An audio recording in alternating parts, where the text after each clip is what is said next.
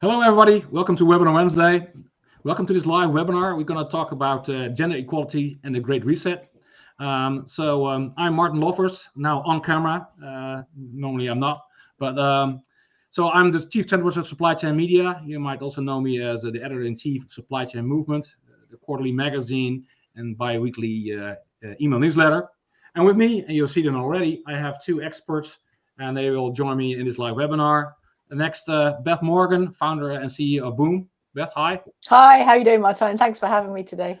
Yeah, you're welcome. Thank you. And next to Beth, we have Melanie. Melanie, hi.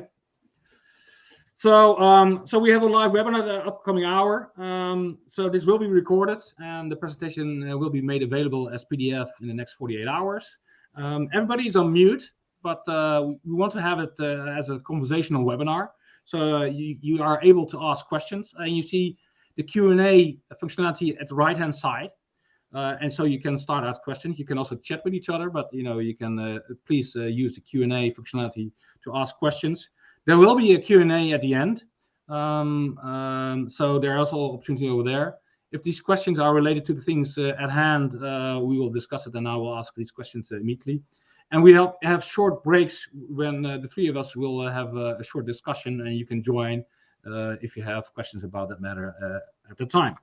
And after the hour, we have also another opportunity to talk to us, to extend the conversation. So at 5 o'clock CET, after this, we will have an Aftertalk in AirMeet, so like a Zoom meeting and a roundtable.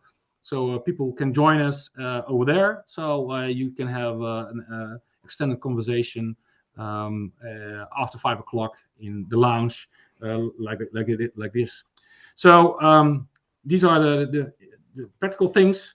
Next, yes, I need to say something about Ukraine. It's very unfortunate and it's horrible what's happening in the Ukraine, and it's terrible. And on the other hand, it's good that we are able to do this kind of stuff and say what we want. That's one thing. And I can say a lot about this stuff, especially as a history buff. I won't. The only thing is that, I haven't seen female dictators as far as I know, and even Cleopatra was not that kind of a bad person that we will see like in Russia. So that's what I want to say. And there are more pressing stuff right now considering Ukraine, especially over there. And also the supply chain are disrupted. So I can imagine that a lot of people who wanted to join might be able to join because there's a lot of hiccups and disruption in supply chain because of this horrible war in Ukraine. But then again, yesterday was International Women's Day, and we should talk about it. We should talk about gender equality. And that's what I want to say about Ukraine for now. Something to add from your side, Beth, before I go to you? I mean, just echo what you said, Martijn. It's a terrible, terrible situation, and I think that the only thing that we can do is actually exercise the freedoms that we have, and keep making progress on that. It's certainly for supply chain professionals, as you said, it's yet another massive disruption and having a massive impact. But I mean, for me personally, just looking on LinkedIn, for example, you can see the individuals in our profession to whom this is having an even more direct impact. Somebody who was doing their day job one day and the next day their life has changed completely, and it's a terrible situation, and we hope that this will be clearly resolved very, very soon. Yes, indeed. Moving on, Beth, maybe you can explain first about the reason of this webinar, and also something about Boom. Yeah, absolutely. And, I'll start off by saying, for those perhaps this is the first time you've joined one of these sessions, Martijn has been a supporter of what we've been doing at Boom, actually not just on International Women's Day, but especially around International Women's Day each year, to make this a topic of focus for us within the supply chain sector. And as many of you will know, obviously this is an annual event happened yesterday on March the 8th, but the lifetime of that is a little bit bigger. The theme for this year is around this topic of break the bias. And you'll, again, on LinkedIn, you've probably seen all the pictures of people striking a pose. Maybe we should take a screenshot of this, Martijn, at some point. We can all do this. Yes, there we go. There you go. And absolutely, when we're going to get into a lot of the details on this as we go through this session, but I think this is one of the areas where bias, we all have biases. All of us of various kinds, and it's something that if we don't talk about it, and some of these biases are actually hard to talk about and hard to listen to sometimes, but I think it's a really important topic to raise, because it's part of this, again, just sort of overall progress that we can make as a culture, as in businesses and more broadly, just in society and humanity. So a really important topic, and one that deserves to be talked about. So very happy to be here to it's not just what we're going to talk about today. Actually, we're going to talk about other things too, but this is certainly the theme that's bringing us all together this year. One thing, what has stricken me yesterday, all kind of biases are passing, especially on LinkedIn. But kind of examples of a bias that makes you think, because breaking the bias, yes, we should. But giving examples of what kind of biases you have in real life, that makes it more pertinent, I would say, and more confrontational, I would say. Yeah, it's interesting. I mean, the more you think about it, and I know that we've been doing a lot of sort of research on this, and particularly Melanie, I know you probably have something more in depth to say on this around if you scratch the surface on bias, because we all have an idea of what it is that there are lots of different types of biases, so many. Yeah. But even some of the big ones we perhaps don't recognize. And again, it's until you kind of name it and call it out and hear examples that you go, oh yeah, that's a bias. Yeah. We need to do something about that. But Melanie, you were doing some research on this, and for the event that we did in the Boom community last week. Yeah, I mean, I thought I knew. I knew about bias. It's like I've experienced bias, I've witnessed bias, and then I started looking at it. It's like, oh yeah, okay. So there's been loads of academic research into this. There are tens and tens of, probably hundreds of different named biases. There are 6 particular biases that women face in the workplace that we were looking at. I'm not sure I can recall all 6 of them right at the moment, but there's ones around performance bias, which is where men's abilities are overestimated and women's are underestimated. Yep. We've got maternal bias, where just women with children are seen as being less committed to their job and potentially less good at their jobs as well. And then affinity bias, where you just naturally gravitate towards people who are like you. And what's it? Likability. Likability. Yeah. Likability, Yes. because, if you look at politics, this is such a clear-cut one with female politicians. It's like men are seen as, we're so assertive and therefore natural leaders. And sorry, hashtag not all men. I'm just going to say that. So men are seen as assertive and natural leaders, whereas women are supposed to be kind and caring and nurturing. And so therefore, when they are assertive, it makes them less likable. So this very, very difficult, line for female leaders to walk. You have to be likable as well as just a good leader, which is something that men don't have to contend with in the same way. It's like, we kind of idolize an awful lot of leaders who aren't particularly male leaders who aren't particularly nice. And the last one I think really important to talk about was intersectionality, which is where you actually get that cross section of being a female, being a woman, but also you might be a woman of color. All these sort of cross sections of society where there are, again, even deeper biases and deeper ramifications for their career prospects. Yeah, you've got layer upon layer of bias of age, disability, religion. What it's just, yeah. So good to address, but maybe Beth, you can explain a bit more about Boom, and then get to the first part of what you have been absolutely. Yeah. So thank you. Yeah, just a quick overview for those of you who don't know us. Boom is a community which was launched actually back in September 2019, just before COVID came, and actually, as it turned out, it seemed to be a great time to do that, because it's essentially an online community for women in supply chain from all around the world. And actually, during the pandemic, it proved to be a great meeting place and hub for support, exchange, and connections, and so on. And over the last couple of years or so, we've grown now to have members in 42 countries around the world, which continues to blow my mind. But of course, we all know supply chain is a global endeavor, so why not? But absolutely fantastic to have women from all across the functional spectrum of supply chain across many different industry sectors as well, to come together to, as I say, learn from each other, to make the connections that they might need as they grow in their careers, to be in inspired or to inspire. We have a lot of women who are, you know, at the more sort of senior end of their career and actually wanting to pay it forward back to younger generations.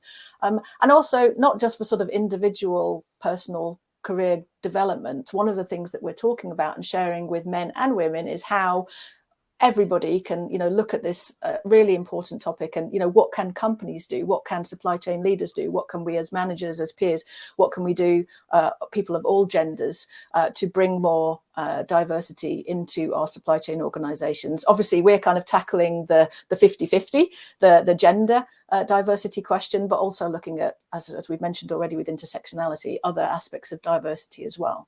I was wondering, are there similar communities for women in other functional areas, for HR or whatever? I'm sure there definitely are, and there are even within supply chain. But we found is that some of them tend to be either focused on a particular area, so it might be just logistics, or it might be just in the UK, or it might be just in North America, or it might be for a certain, you know, certain level, you know, wherever you are in the organisation. But what we wanted to do is kind of bite the elephant off in one go right from the beginning and bring everybody together, because one of the things that we found sort of power in the community is that there's this cross transfer of knowledge. You know, it's why we're here today, is to learn from each other. There is huge power in that. Yeah, all right. You know, and you have done some studies in the last 2 years, so maybe you can relate to that.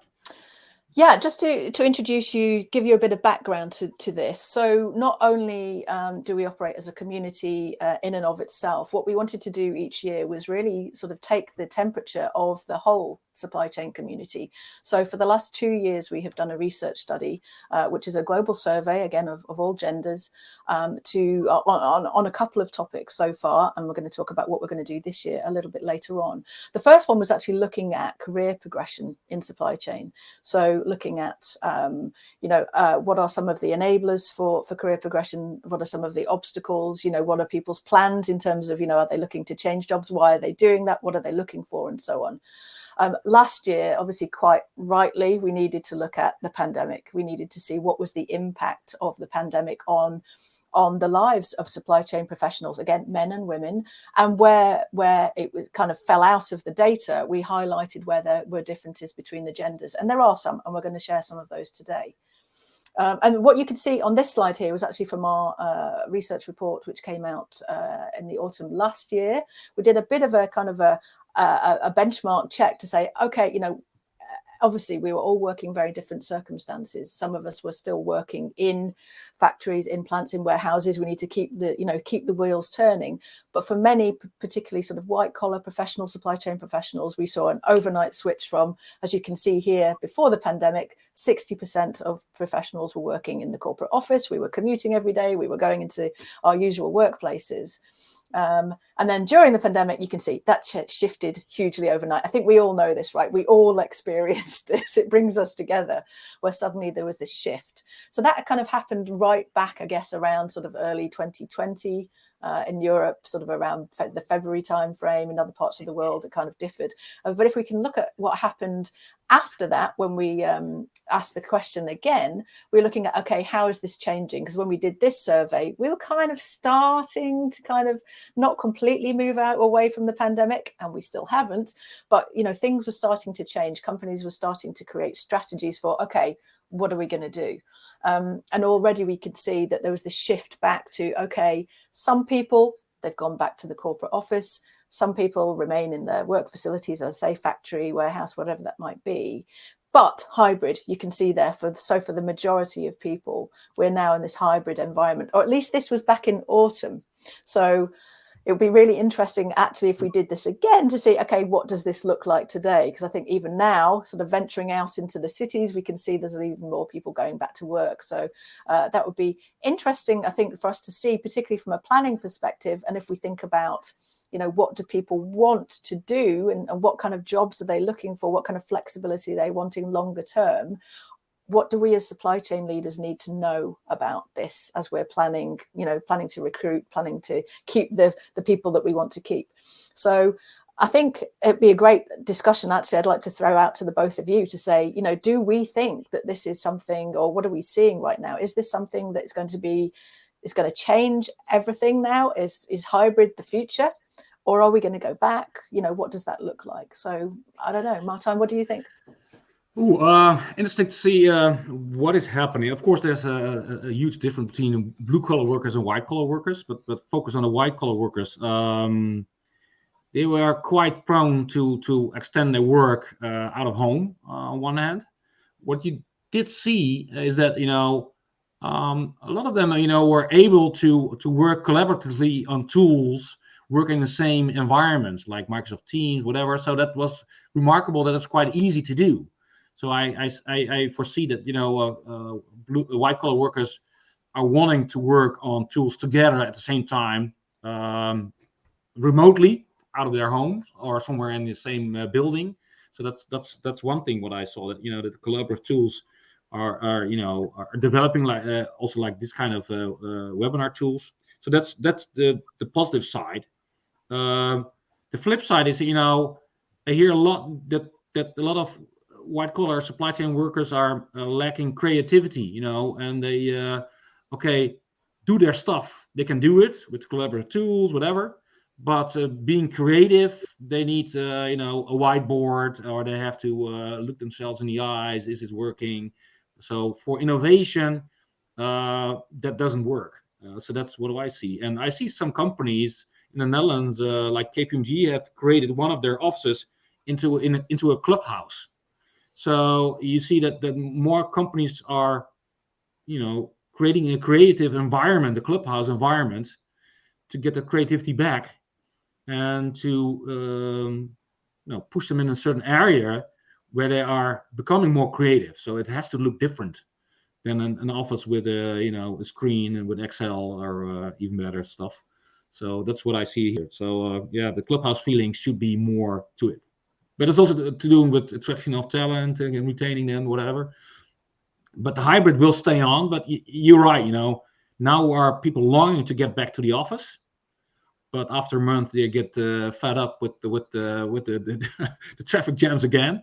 So it will be in phase. It's like boo whips, it's a huge boo whip that they will go to the office again, and that will temper down, I expect. What do you think, Melanie? What is your observation? Oh yeah, it's crystal ball gazing, but you touched on it there about retention. It's something, that flexibility of hybrid working seems to be something that people are looking for more and more, and it's something Beth and I'll be researching this year with the next survey. But also, it's hard to crystal ball gaze, but you've got the likes of the Harvard Business Review and the UN Work Economic Forum and various HR companies all saying it's changed forever. It's never going to go back to what it was pre-pandemic, because the opportunity to work remotely and hybrid, people want it too much. It improves quality of life, and flexibility at work is one of the big things that women need to get towards equality. Because while we're still shouldering more of the domestic and caring work, flexibility is what's needed. Yeah, I agree. It won't get to pre-COVID areas, but now you get a first wave back to the office, and then a lot of people will be disappointed. Oh yeah, this is how it looks like, and this is how it looks like being in a traffic jam. And they will say they will look around, whatever. So they will bounce back to the other areas. I think you're right, Martijn. And actually, that was one of the other questions that we asked, and we haven't got the data points to show on the slides here, but they're in the report. When we asked people, what are the downsides of going back? That commute time, that wasted commute time, was actually really high up there, as was impact on environment, which was really, really interesting to think that we are not just losing time, but also the cost of travel, but the impact of fuel. And in fact, now more than ever, with rising fuel prices, perhaps we don't want to be traveling so much. No. And actually, my colleague, texted me, can I work from home because of the fuel prices? Well, okay, there you really, go. That's another thing about this. I had a conversation with a Gartner analyst working in LA. And in the US, they say, we love our cars, so we don't hate that much to be in traffic jams. I say, really? And maybe, there's a cultural difference over there, and we have to look into it, But I expect it will change over there. And even with the fuel prices there going through the roof, although it still might be less than here in Europe. But in Europe, it has changed. And in US, maybe you have the KPI-driven kind of environment. But in the end, it will change over there also. Yeah, I suspect you're right. And that key word is flexibility, isn't it? Because, you know, with disruptions coming at us all the time, and even with, you know, COVID-19, who knows, I hate to say it, and maybe I shouldn't say it out loud, but there may be another variant, you know, that we might not be able to, you know, deal with in this sort of new normal situation, and we might have to go back in some ways. So it's good we've done all the testing, that we've proved we can do it. So yeah, we can be more ready this time. Yeah. Melanie, moving on, you know, you have also done a lot of research on work-life balance. Maybe you can tell us about something, what you have seen in that area. Yes, so as this next set of slides on the impact of well-being really on the practitioners who answered the survey. And you've got the positive impacts on the right and the negative impact on the left. And it really jumps out at you on the right there, doesn't it? That productivity went up, you know, by 40% for 40% of people.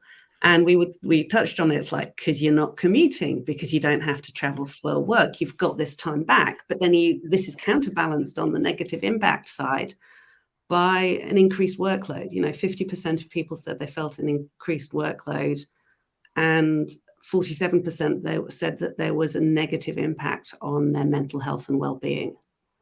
So more productive, which is, you know, it's great, because there's, you know, many companies didn't want people to work from home, didn't want the hybrid working conditions, because there wasn't the trust there.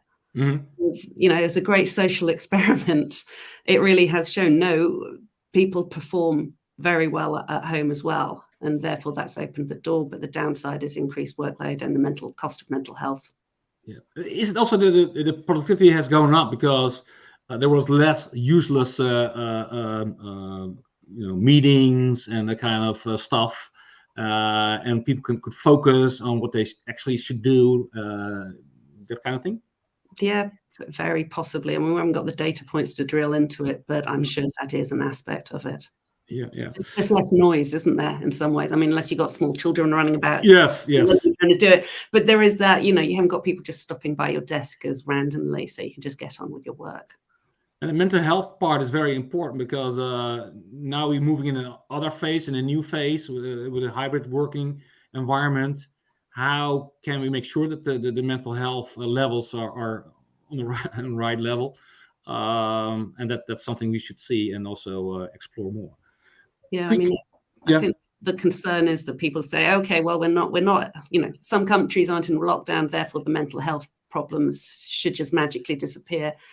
And, you know, we're not seeing that. It's in some ways there's a positive aspect, is like, because for the first time it is very normal to speak openly about mental health, which is, you know, fantastic, because it's been a very taboo subject.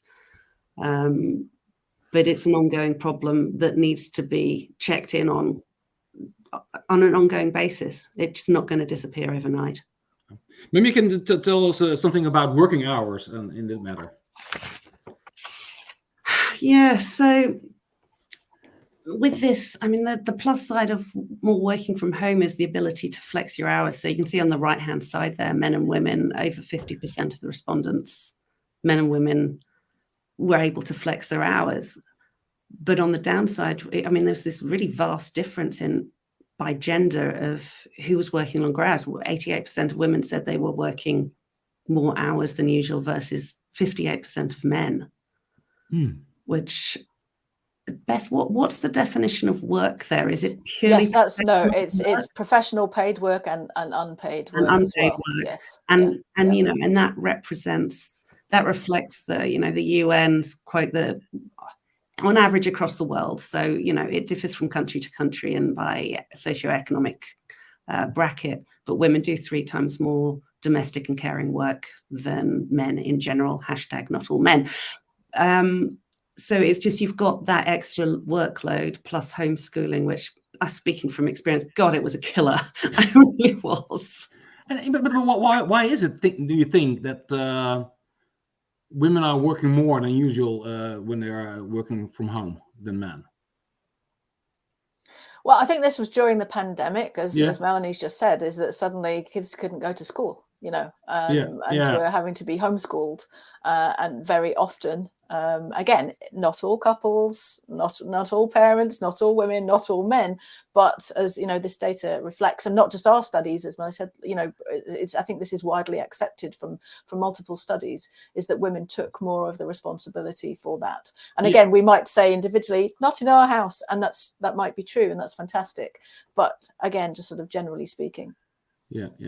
It's also the definition of working at home. Is it also the childcare and other stuff you're doing, or is it really only the work where you're paid for and that kind of stuff? So that's kind of blurring. Yeah, and this was particularly during the pandemic when we were in a homeschooling situation. Certainly. I got a comment from the audience. The flexibility of working hours is key for whomever carries childcare.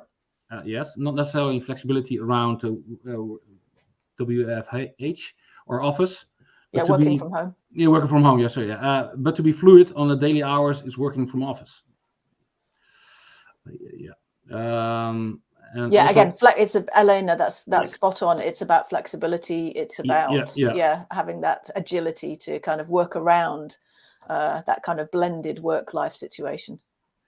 Yeah, and also working from home allows you to work during your breaks and commuting time in the house. Yeah, absolutely. Yeah.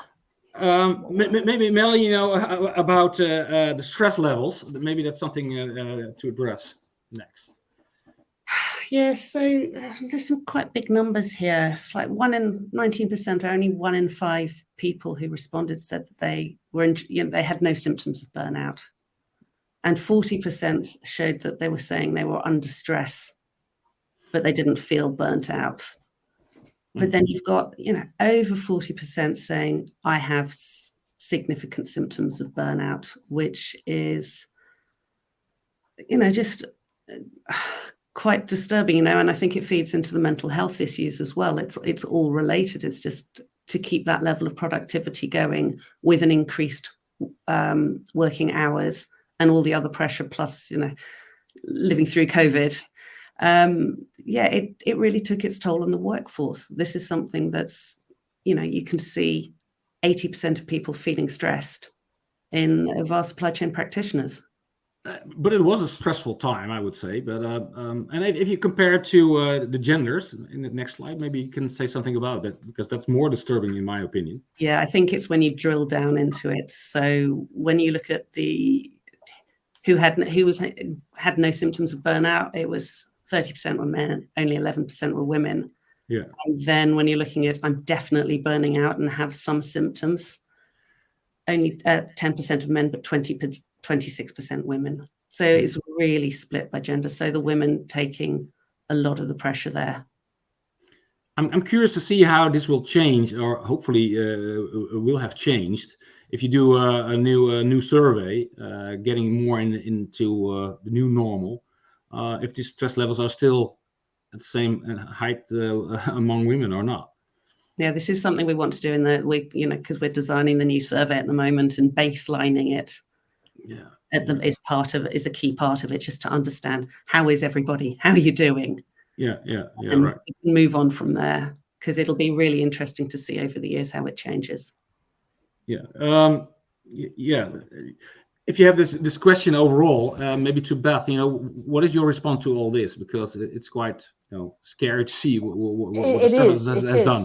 It's very scary, and I think kind of stating the obvious again, because we're all living this and experiencing it at the moment, is that if nothing else had happened after we started to transition out of COVID, it would have taken us a long time to recover still, I think. But what we're seeing is that there's just relentless disruption in supply chain. Even within the pandemic, there was another, layers of logistics disruption, problems with, being able to source raw materials, or, semiconductor chips, all these kind of things that happen all the time in supply chain anyway. We're used to tackling problems all the time, but they were just layer upon layer upon layer. And yet again, now we are in this, state of rising fuel costs, potential global war, disruption that's going to add yet another layer. So we just haven't had time, I think, to almost do that reset of let's recover, let's recharge, let's get back on track. Maybe a little bit, but it's kind of like, let's go again.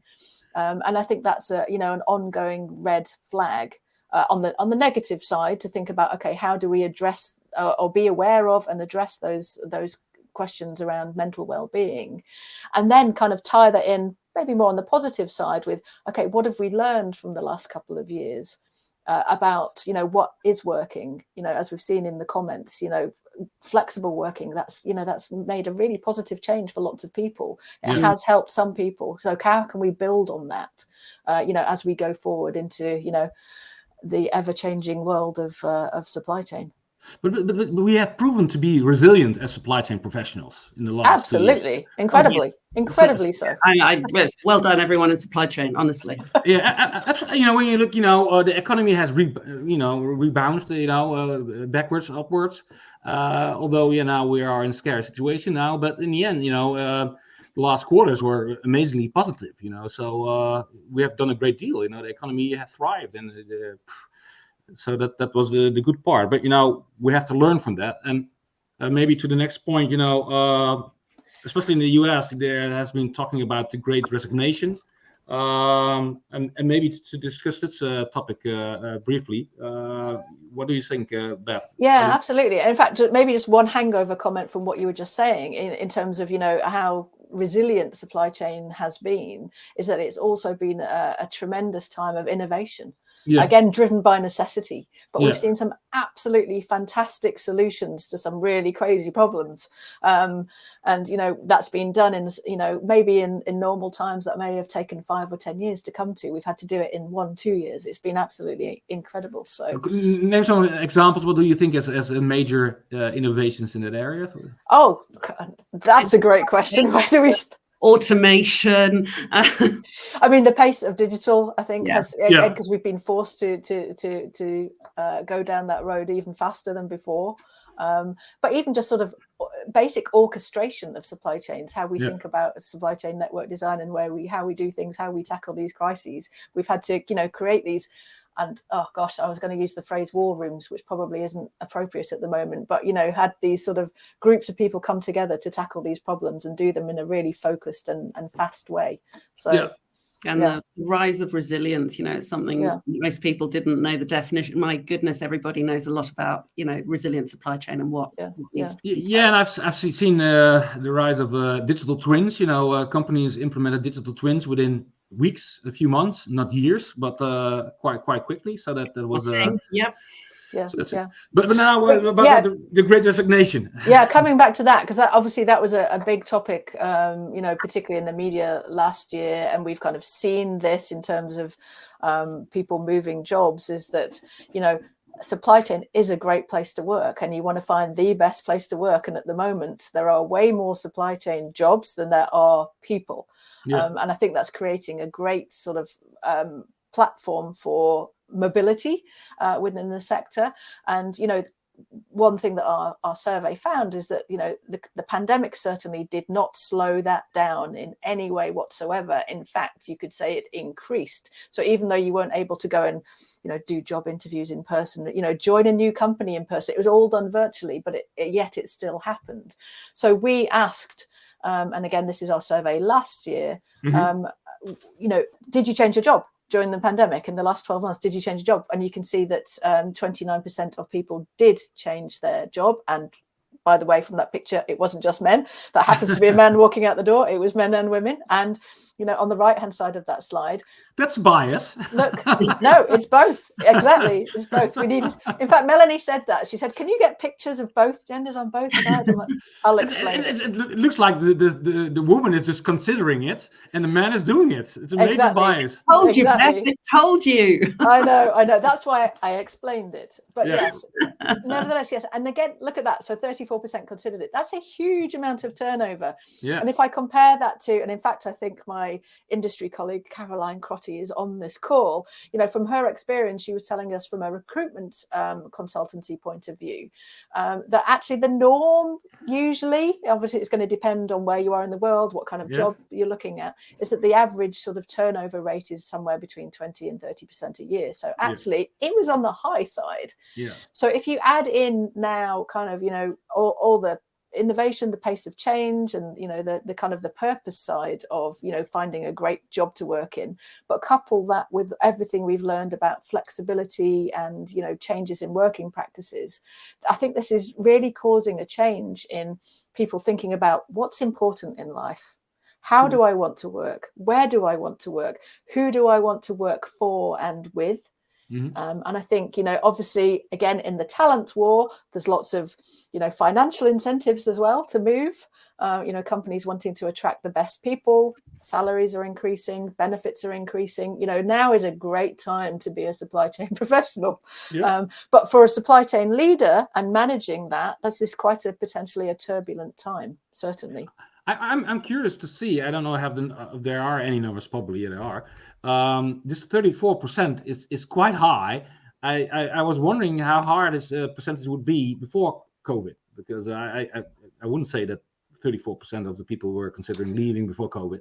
Well, no, exactly. And in fact, we don't have that benchmark, unfortunately. No. So, I mean, who knows? But I suspect that is quite a high number, because again, in many cases, it forced us to really reassess our lives and what do we want. I was wondering, have you drilled down also the age segments? Looking at millennials, they are prone to do job hopping, that kind of stuff. Yes, I mean, there wasn't any. I don't think any sort of definitive conclusions on this, but the data certainly sort of pointed towards that it was the younger generations where there was more movement, and I think that's been a trend that we've seen over the last few years anyway. That we've moved away from the job for life idea. Yeah. And now we have this concept of a portfolio career where you're actually moving either within your organization, so making sort of lateral moves, upward moves, or between companies. That's happening a lot more, and that trend I'm sure will only continue. I had a workshop with supply chain talents 2 weeks ago, and basically I didn't see that much of changes over the last 2 years, because we are tracking those talents since the last 2 years. But my observation was, we had this earlier discussion last Monday, is that these talents are already pampered, and they have already their coaches and that kind of stuff, so they are not so much prone to leave compared to the average colleague, I would say. So that so my suggestion: make all your supply chain professionals talents, and do all the things what you are doing to those talents, and then you won't have this kind of numbers like you're looking like here. Yeah, that's really important, actually. And again, we're going to talk on this a little later in this session today, is about what makes the difference in terms of what keeps people engaged. Because engagement kind of means, we could also talk about that in sense of loyalty as well. Yes, and if you are working for a company that offers you not just a great job for today, but also can show you the path forward and actually provides you with resources to help you develop along the way. Oh, and by the way, if you need other support in terms, lots of other sort of benefits to help you manage your holistic life, particularly as a woman, particularly if you're trying to juggle lots of different things, then yes, you're going to stay, clearly. Maybe for a discussion, briefly, we jump to the next topic. So in the US, you have the Great Resignation, and that's also part of due to retirement of people in the US more than normally, and also because they have multiple jobs. They have 2 or 3 jobs, to get a life, whereas in Europe you have more social security. So is this Great Resignation happening in the UK, across Europe? What do you think, Melanie? Well, as you can tell, I do like my data. The data is showing, yes, it is continuing. It's slowing down a bit, but it's still, I mean, I couldn't find all the data across supply chain, but across all jobs, it was 1 in 3 people in the UK are planning to leave their jobs in the next 12 months, and 1 in 4 people in the US. So it doesn't seem to be slowing down particularly. And as Beth said, there's a talent shortage. So, if you can get a better role, why wouldn't you move? What's the incentive to stay? And there are a lot of job openings. There's a luxury to look around. Do you think that might change because of the war going on in Ukraine, and maybe uncertainty for the next half year or year? Oh, Oh, that's a good question. I'm going to say no, actually, because I think, if the global pandemic, and that was extreme in terms of its impact, that didn't slow things down any. I think, we were talking about this before, for any supply chain organization to be successful, it relies on the success of its people. So this has to be a focus for both those who are hiring and retaining and developing people, to stay on top of, and that will sort of keep that sort of mobility going within the job market. And even this horrible phase we're getting in, it might be an extra tipping point. Is my company doing the right stuff, and do they respond in the right manner? I mean, I think maybe the only thing is you're saying we're seeing, again, unprecedented change. If you look at all the companies, for example, that, have either pulled out of Russia or have stalled operations in Russia, actually having to put all hands to the pump and, all hands on deck to kind of manage all that, I'm sure will actually keep many people focused. Maybe right now, as you say, maybe actually there is going to be a short-term kind of delay in that, because there is just so much to do. But at the same time, inevitably, I think we will continue to have some movement. Yeah, I mean, what we saw right at the beginning with that first lockdown, and demand just went, through the floor. Yeah, and loads of companies just made redundancies, and they lost so much talent. They lost so much knowledge of the business. I remember speaking to various people in the industry, and they're going, they're losing their key people in planning. They're just laying them off, and it's like, and now they must be scrambling to recruit them. And I would hope the lesson has been learned there. It's like, hold on to those people, because we're having a lot of blips, and we need to retain the knowledge and the skills. Yeah. Maybe to move on, what do you need? What are the opportunities to address in this matter? Melanie? So this is talking about equity in the workplace. Yeah. So you've got 3 bar charts there, and the question is, do you believe your company offers full and equal opportunity to men and women in relation to 3 different things: promotion, access to senior level sponsors, and compensation? And what's really really interesting in this chart, I think, is that if you go to each of the 3 ones and you look at the yes column by men tend to overestimate the level of equity in the company. Think, it's all looking really great. And then you look at women's responses, and consistently across all 3 graphs, you've got women saying, no, it's not. And not as many women consider it to be equitable. And, the takeaway for this is that if there is this overestimation by a large number of people that we're doing better than we really are, then women's experience would tell us we need to keep going. We know we're not there on equity. It's another 100 years before we've got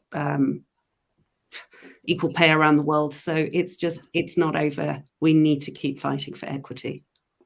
Do you think that's different in Europe compared to the rest of the world, or in Africa, Far East, or in the US? Different gender equality. That's such a big question, Martijn. Sorry. Different countries have different levels of gender equality, better and worse. It also depends which aspect you look at. Put it differently, you have members all over the world in the 42 countries. Maybe it would be interesting to see, where you can start snowball, in which areas and which countries. And it's also maybe culturally dependent, or maybe industry dependent. And we know that in the CPG are more women in supply chain compared to high tech and chemicals, etc. So maybe it's something to look for, the tipping points, where to start snowball, that kind of stuff.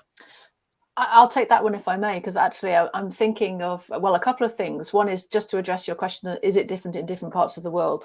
Oh, of course, definitely. And I think one of the best places to look for data on that is the World Economic Forum data on the gender gap. And that's looking at gaps from a sort of a political contribution, education, pay, So economic contribution, and then health. So again, depending on where you are in the world, I think even some of the best countries like Iceland, I think, is maybe top of the list. That it's still not 100%, gender parity.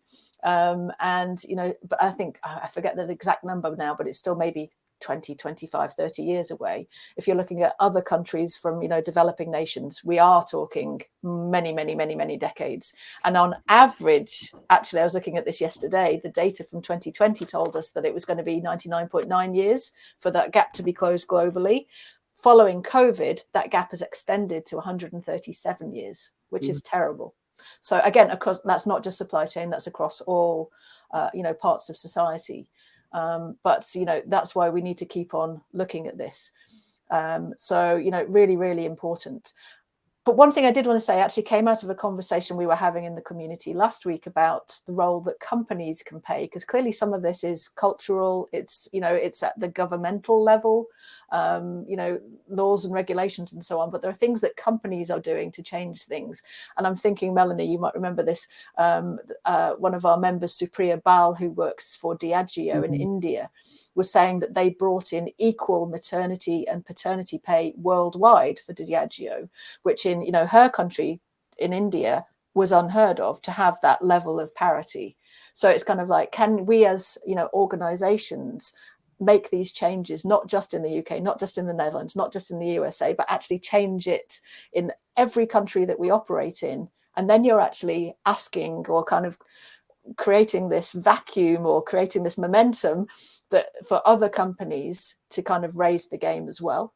And it's also putting on governments to put in the legislation to back it up too. It's where business leads, absolutely, which is the same as in sustainability.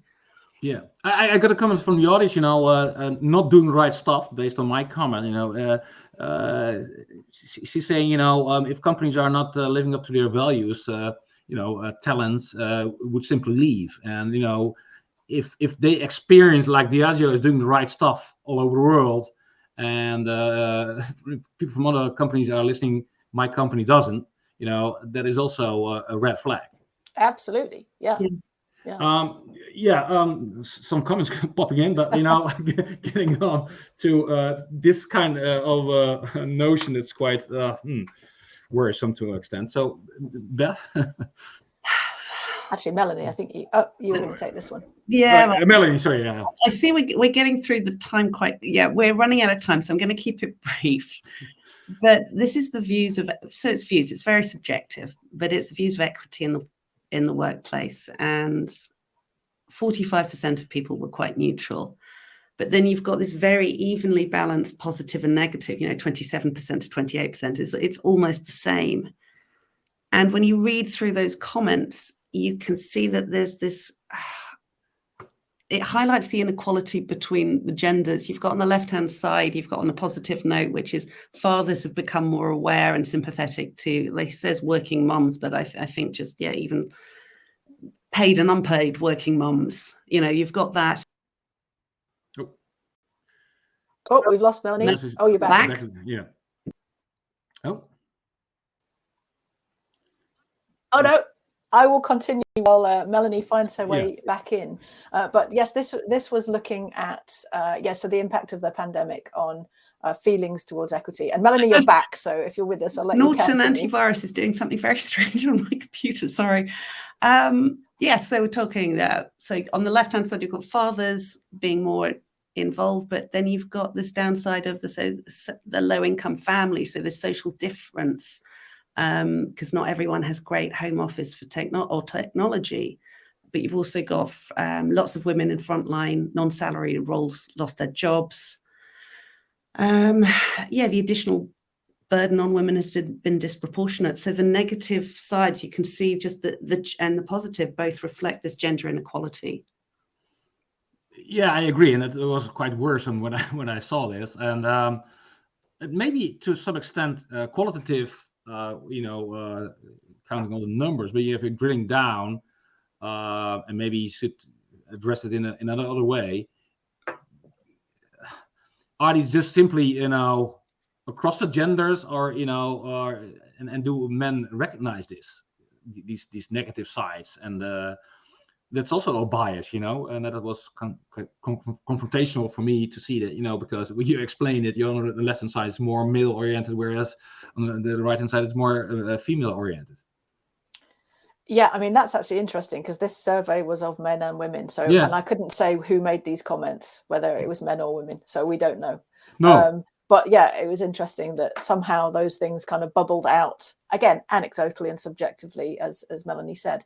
But what's interesting, I guess, the bottom line or the takeaway from this is that regardless of all those sort of individual anecdotes, that, the jury's out. The feelings are split on whether companies are doing a great job or not, and it is often down to where you work or where you are in the world, whether you have a positive or a negative experience with equity. And that's why we need to keep on looking at this, so that, and I use this phrase a lot, but how we can raise the tide for everybody. So we don't ever want everything to be vanilla and all companies to be the same. That's not going to happen. But in terms of just basic access to equitable circumstances, equitable opportunities, this has to be a conversation that we stop having at some point soon. I think we're going to have it for a long time, but we need to keep talking about it. No, it's good that you are addressing this, and then you stumble upon all kind of notions, and then further down the line, if you do more research and surveys, you have to dig in certain areas to find out what's happening over there, and that's the good part of it. Melanie, what opportunities do we have in your opinion? So I'm going to use this lovely visual that Beth has of an iceberg. So you've got these things above the waterline that everybody can see, which is around equal pay and opportunities. These are what we know and what we can measure. We've got targets and support initiatives. We can put in flexible working. All of that's there and it's known, but it's also what Beth was talking about, leadership styles and culture. It's it's got to come from the top and it's got to filter all the way around. You can't see that. You can see that things are in place, but do we actually know that they're talking and they're actually doing it? Are they walking the walk? Are there the inspirational role models? That's what I love so much about Boomers. We always have there's so many interviews with these extraordinary women that honestly I hadn't had access before I met, before I came across Boomer, which it is game changing. But these are these things that are hidden.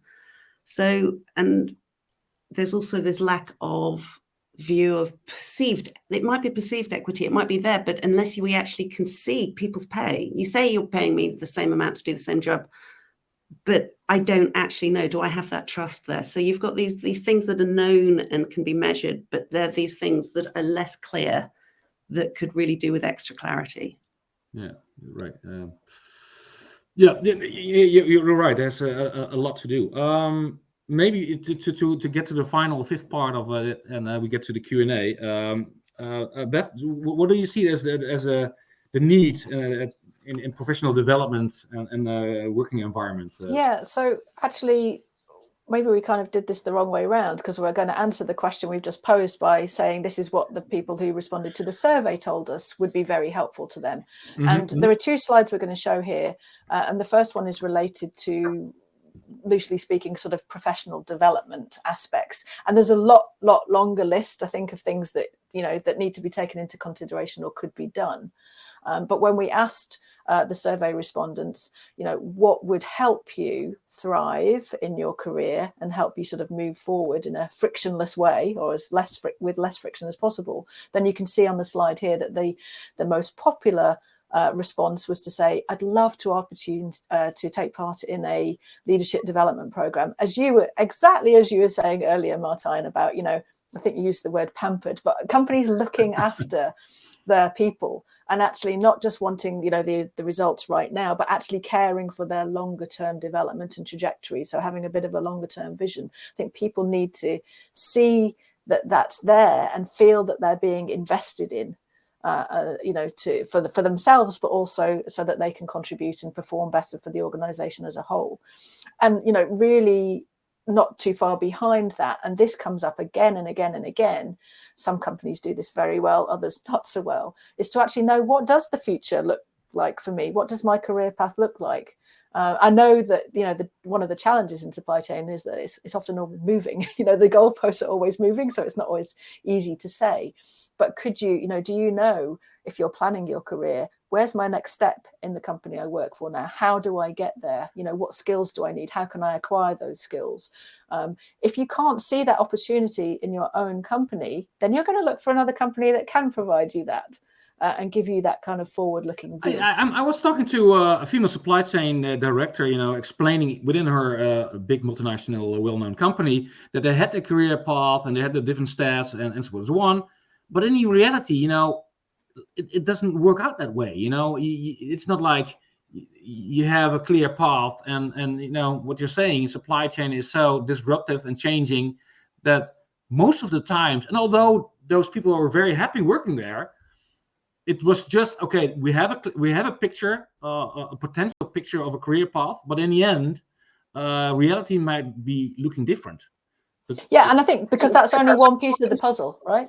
Yeah. It's like, yes, you need to have that, but then there's all these other things as well. So, that, as you can see here, and there's lots of different, the list is much longer, and these are some of the things that we really want to dig into the survey we're going to do this year. Is what do you need to succeed in your career? What will help you thrive? So these are the professional development ones. If we could move on to the other set of questions that we looked at, was okay, as Melanie mentioned some of these already in terms of the practical programs or policies that are in place, but other less tangible things that might be sort of just around you in your working environment or your day-to-day experience of working. And so interesting, particularly as we're talking about this in the context of Break the Bias for International Women's Day this year, is that it really is this question of culture and the leadership that you have at the top. And as Melanie said, is the leadership walking the walk and talking the talk, not just talking about it, but they're actually living and breathing these values and putting everything in place so that everybody lives the same values. And of course, second on this list, greater access to flexible working. I'd be really interested for this year to see if I wouldn't be surprised if that number was much, much higher. And in fact, on the next slide, you can see, so this is what it was last time we asked, was the number of people who wanted to work in a hybrid environment. And again, very interesting differences here. It's actually not huge, but you could say, I guess, significant from a data perspective, that again, more women want, and value this, the ability to work flexibly. So to have access to a hybrid working environment. Men too, of course, but overall, women do really, really value this. One observation from my side, about this change we need to make happen is, we have to change the KPIs of a lot of companies and the way we are doing this. KPIs, most of the KPIs within companies are quite rotten and don't work this cultural change. If you don't have team KPIs all over and you have still silos, so. I think, I see a lot of companies who tend to be quite mature in supply chain, but when you look at the KPIs, they're still in the Stone Age. So even the more mature companies, so that the KPI settings of this world is one major hurdle of all this.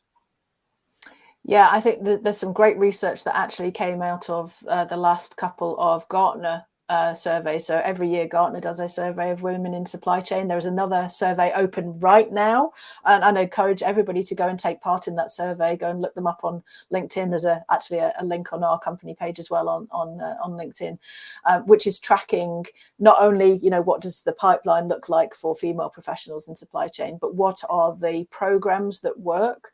Yeah. And they found that for companies that actually have not just general objectives, but actually a very specific targets and scorecards, it's kind of obvious when you say it out loud, they're making the most progress. Yes, I mean, I totally agree. You are making progress when you have KPIs on gender diversity, but yeah. I mean, overall business KPIs, those are the main hurdles. Oh, well, I see.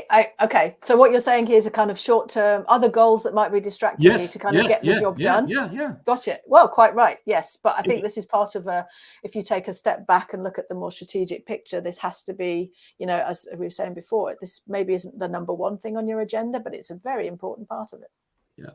We are almost out of time, unfortunately, but still we have an after talk. So basically what we did in the last few years, we curated a gender diversity assessment, our gap analysis. So basically you could do analysis of your gender diversity gap based on a triangle of your manager, your female talent, and HR manager. You can download this stuff. We get into this more. Normally we should have time for Q&A, but we are almost on the hour. So basically, I would suggest. There's so much comments and questions. We can talk on for hours, but we have an extra 30 minutes in the lounge. So right after this, we're gonna pause and we go into the lounge. So if you have some questions and you want to talk further with Beth, Melanie, and myself, you will be able to talk to the three of us. And each other in the lounge. So we'll be sitting at table 1. Maybe you have to jump to another call and another meeting that's also live, but hopefully that will change also. We are more flexible in that matter. I would say on the left-hand side, you see the checklist in the matter of diversity, the 3 ones, and you can do your diversity gap analysis yourself. And on the right-hand side, you see the link to the latest report by Boom. And now they are going to start the next survey briefly, and you can connect to Boom through these links. So stay in touch, and if you are a supply chain woman, and I could recommend to at least talk to Melanie and Beth about Boom and getting a member for yourself, or maybe your boss will be paying. If not, you will leave and you go somewhere. Well, your boss will pay you the fee for Boom. So with this, for now, I would like to thank you, Beth and Melanie, to join. Thank you. Thanks, Martijn. Thank you. And thank you for the audience. And a lot of them will be probably watching the recording, and they will read about it. And, I thank you for joining me, and thank you for joining this webinar Wednesday. And maybe I will see you in the lounge right after this. And if not, maybe I'll see you another day in another webinar. And maybe sometime in the near future, I see you face-to-face on location, even better. Thanks a lot for now. I will be pausing, and Beth, Melanie will be joining me in the lounge right after this. Thank you for now, and see you later. Thank you. Thanks, everyone.